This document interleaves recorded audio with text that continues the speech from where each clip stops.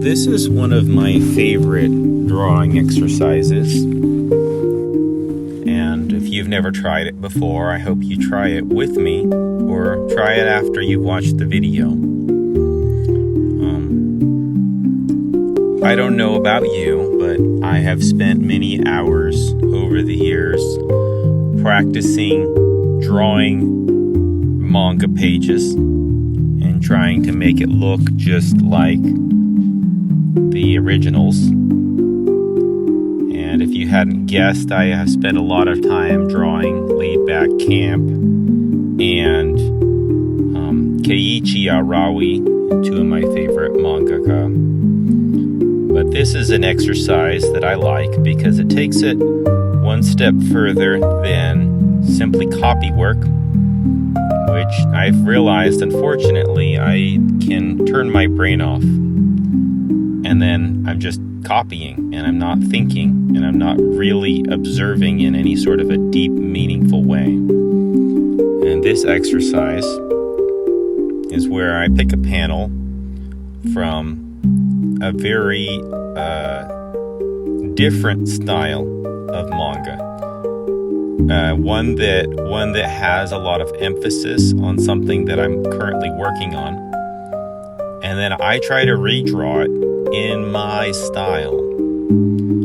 So I like a very cartoony style, like Keiichi Arawi.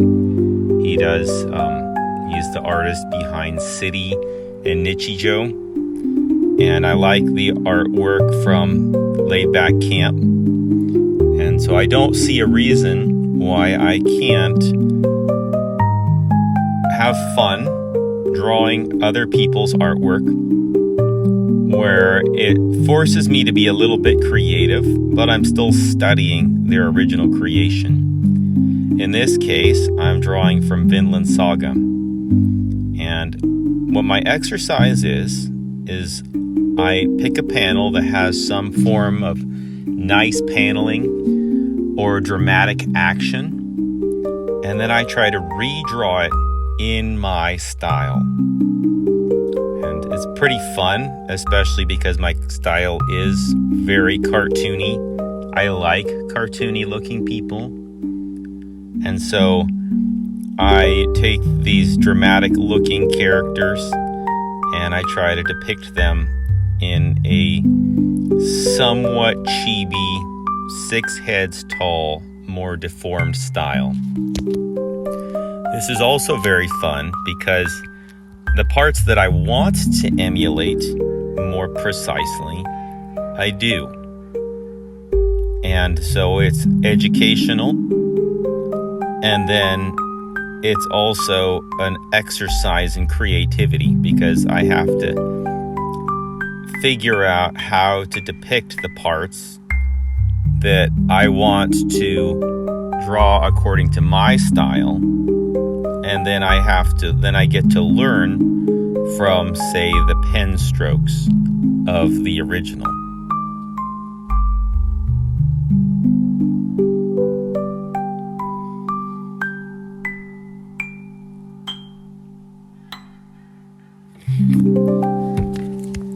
I also try not to spend too much time worrying over the details when I do this exercise because I don't want to, first of all, I don't want to spend all day long doing this exercise. In this case, I gave myself 30 minutes to do it. But I also want to make the transition from sketching to inking earlier in the drawing process. I've heard from at least two professional mangaka, one of them being a Japanese artist and one of them being an American artist, that one way that they've sped up their drawing process is to move to pens sooner rather than later. And of course, I have a little bit of a cheat here, is that I have a finished product in front of me. But I try to do that when I'm doing my original work as well.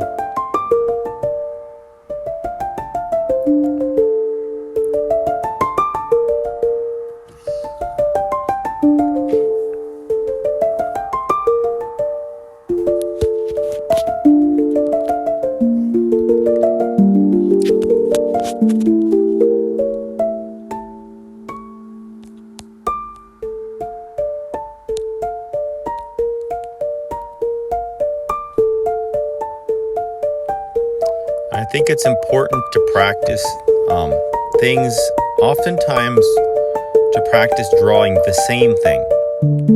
I didn't realize how useful that was.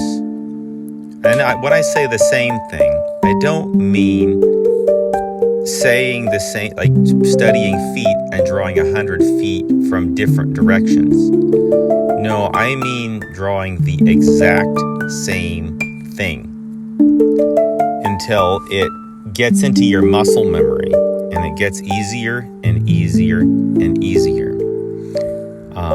I didn't realize that was such a useful thing until I took an art class. It was how to draw the human figure, and it was on Udemy. I don't remember the name of the course, but it was very useful. And one of the things that the teacher had us do is he taught how to draw like a simple drawing mannequin, and then draw, for instance, the torso 100 times. And he made a big deal about it. I think he used the words, "This is honey." And I thought, okay, whatever. But I did that. But it was amazing how by the time I got to number 100, it was so easy to draw that. I didn't even have to think about it. I could just sit down and whip out 10 of these torsos in a matter of minutes. And then same thing, he would have it rotated. He'd add arms, he'd add heads, add the full figure. I don't remember if he had other rotations like a worm's eye view, but it was amazing. The amount of confidence and speed and mastery I got from doing that exercise, that I've used it in other places. Like I know I was studying a chibi drawing book, and this was after the other one. I started out by tracing the pictures in the book because I had come to respect the great benefit you can get from just sheer repetition and muscle memory.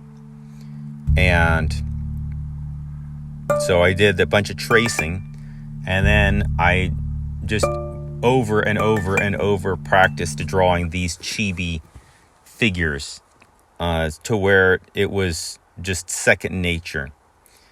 And where this is useful, and I suppose if I was a portrait artist or something, this probably would not be nearly as useful. But I'm a mangaka, and I favor a more cartoony style. Like my two great inspirations for backgrounds are Keiichi Arawi, the artist who does City, where everything is very hand-drawn and almost isometric looking. And then also the game design of a company called Brownie Brown, specifically the game Legend of Mana that came out back in probably 2000. But it has a beautiful watercolor illustration look to the backgrounds. So it's a retro JRPG, and it has beautiful hand-drawn backgrounds in the style of Super Nintendo and early PlayStation RPGs. So it's a kind of an isometric view as well. And so for me, I don't need to create a photorealistic illustration.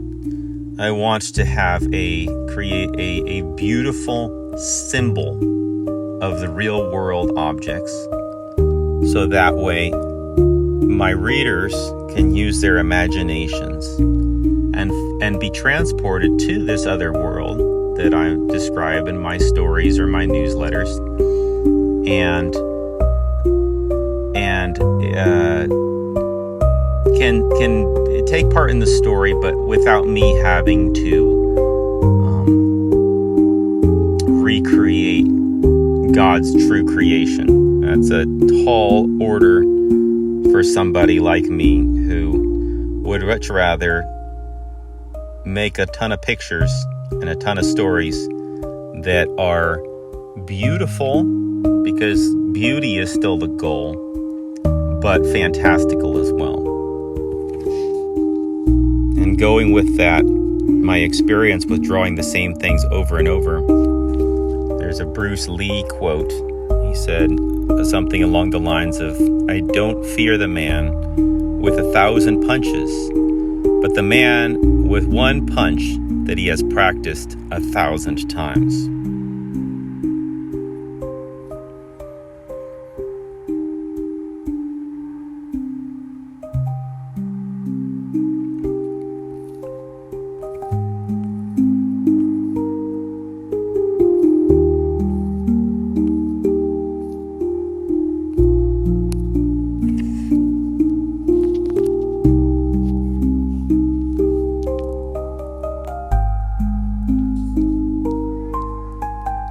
This part was interesting because you can't really see it, but the original, my reference picture, it's Vinland Saga, if you don't know, is about Vikings, and so there's a lot of armor and things like that. And so you're going to see a little bit further on is I kind of went out of my way to practice how the artist chose to depict chainmail using only pens. And I know there's things like screen tones and other tools. I kind of doubt he was drawing with digital because of what year this manga began, and this is only volume 1. But in many cases, you can see that it's pen work that he depicts these different complex textures with. And so in a few minutes, you're going to see me trying to depict chainmail with a pen.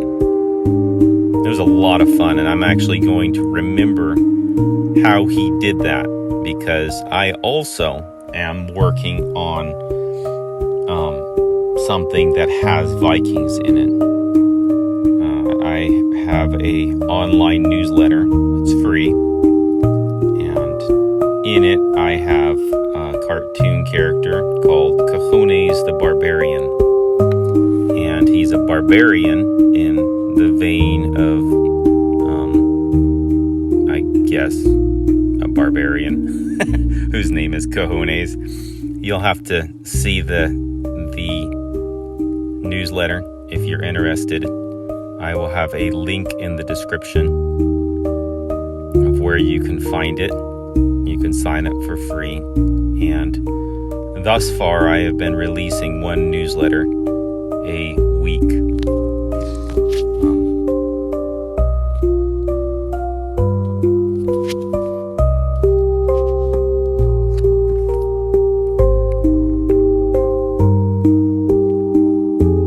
This is where I'm doing those strokes. Now, he has kind of a different stroke where the stroke itself is fatter in the middle.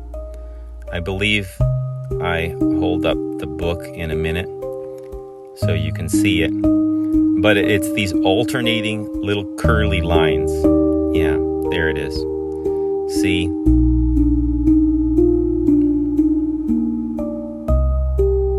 But anyways, it is very convincing for chainmail. And even though I don't have whatever sort of pen he used, and I'm not sure that I really want to invest the time or energy into that sort of a stroke, I think that my little alternating lines with the fine liner will work good enough for my purposes and with the kinds of world that I want to create and that I am creating. I think I'm about 6 weeks into this project.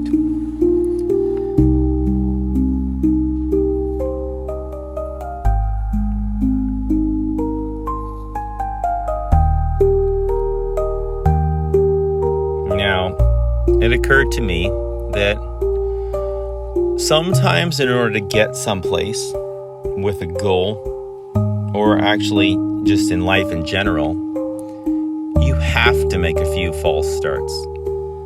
And suppose you try something. I remember when I was a lot younger, I thought I would maybe like to work as a banker.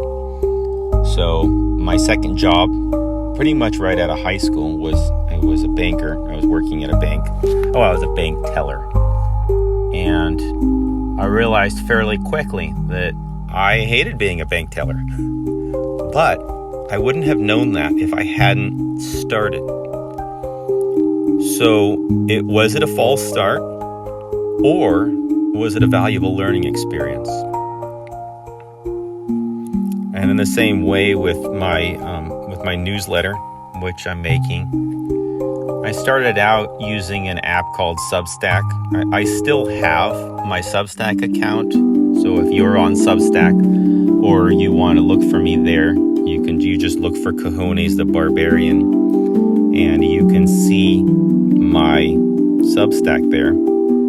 I have the first 3 or 4 of my newsletter, and I plan on posting older newsletters there. But a big part of Substack is kind of an X style of tweeting every day. And I did that for about 2 weeks. And then I realized, I really have zero interest in this. And coming up with clever little trite sayings. And then, this is going to sound a little selfish, but I also realized that I really don't have any interest in making friends with other writers on there. Well, I shouldn't say no interest, but time is short. And I realized that I would much rather spend my time in maybe creating more comics or making YouTube videos and connecting with people on YouTube. Because they say that if you like a social media, if there's a particular social media that you like to use, then you should use that for your artwork. But I really am not a fan of any social media except for YouTube. I read manga online and then I watch YouTube. And that's really about all I do. And so I realized that my posting on Substack, doing the Substack thing, which works great for a lot of people, was not where my heart was at.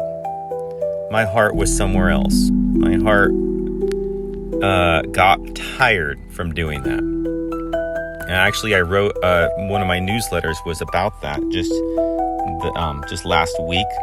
So if you wanted to see what comics that inspired, I've got some 4-panel manga on there, and then just some single panel illustrations. But was that a false start? No, not really. It was, yes, I started, and I learned that working on Substack was not where I wanted to work from. And so it wasn't actually a false start. It was a learning experience on the way to my destination.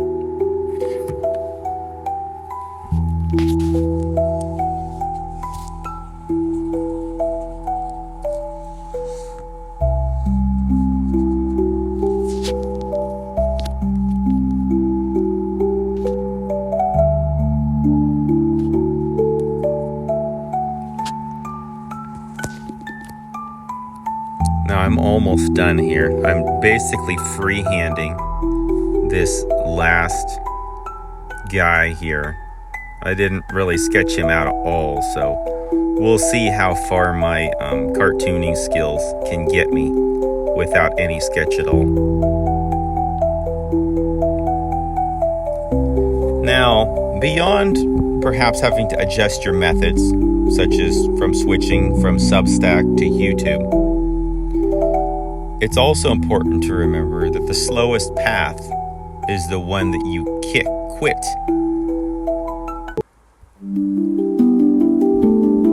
So I want to be a mangaka, and I am a mangaka. I have sold some different things, but to give up on that and suddenly, I'm going to be a Mr. Beast style YouTuber.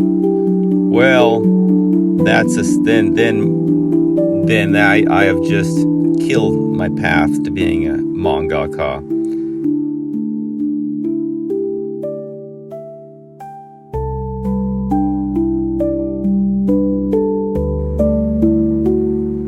But if you've thought carefully and you're still on your same overarching goal, sometimes the smartest thing is to adjust your methods.